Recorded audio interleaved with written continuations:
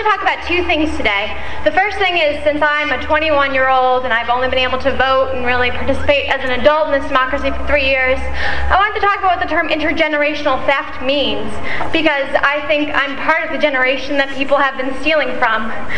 I'm 21 and I'm $36,000 in debt, and so is everyone standing here today, regardless of your age.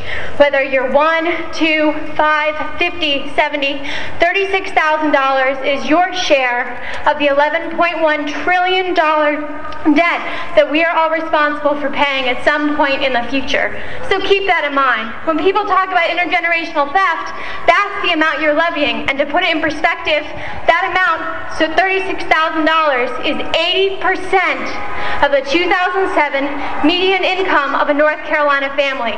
So if you think you're an average North Carolinian, imagine 80% of your paycheck is just going to cover the debt that the federal government owns. Think about that. But the other thing I wanted to talk about is the Tea Party and what it means, because I don't know if there's anyone here who listens to XM radio. Yes? Okay, excellent. So that's my one treat to myself. I don't have a TV, I don't go to the movies, but I do have XM. And yesterday I called into XM 130, which is a political station, because there was a host there saying, what's the point of these tea parties? I don't get it. These people are going to show up and protest, and then what happens? So I think there are two answers for this. The first is that everyone standing here has a different reason to be participating in the Tea Party. For some of you, it's a specific bill. For some of you, it's the general direction that our country is headed. But it's different for every person. For me, I'm angry about the taxes, but even more than that, I'm angry about the way the politicians are treating us when they tax us.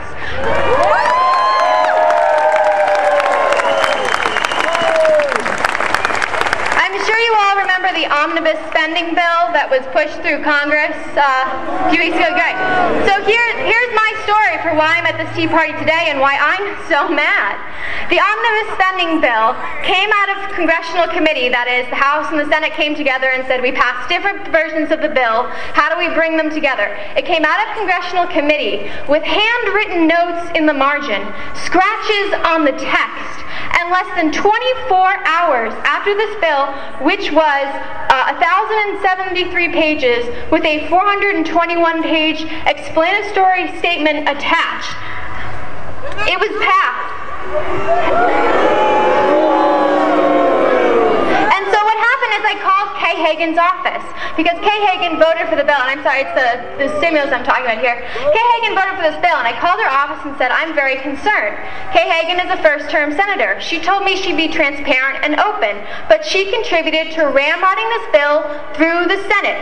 I know, I'm a college student, I'm a fantastic procrastinator, but I know it is physically impossible to read that many pages in those few hours.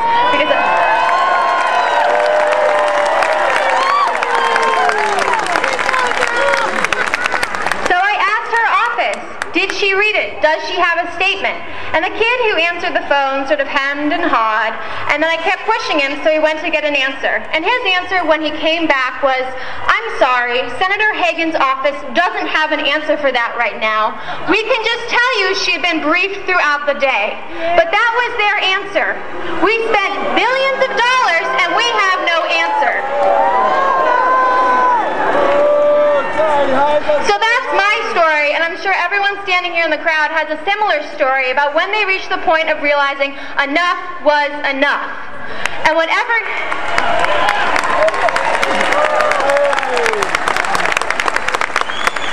the story that brought you here on April 15th, I think it's even more important for you to remember that story on April 16th. Wake up tomorrow and say, what brought me to this protest yesterday, because it will be tomorrow, what brought me to this protest yesterday, what made me so mad yesterday, what energy I felt in the crowd yesterday, I'm going to take today and tomorrow and every day thereafter until I feel assured that people are listening to me and I'm being represented in D.C.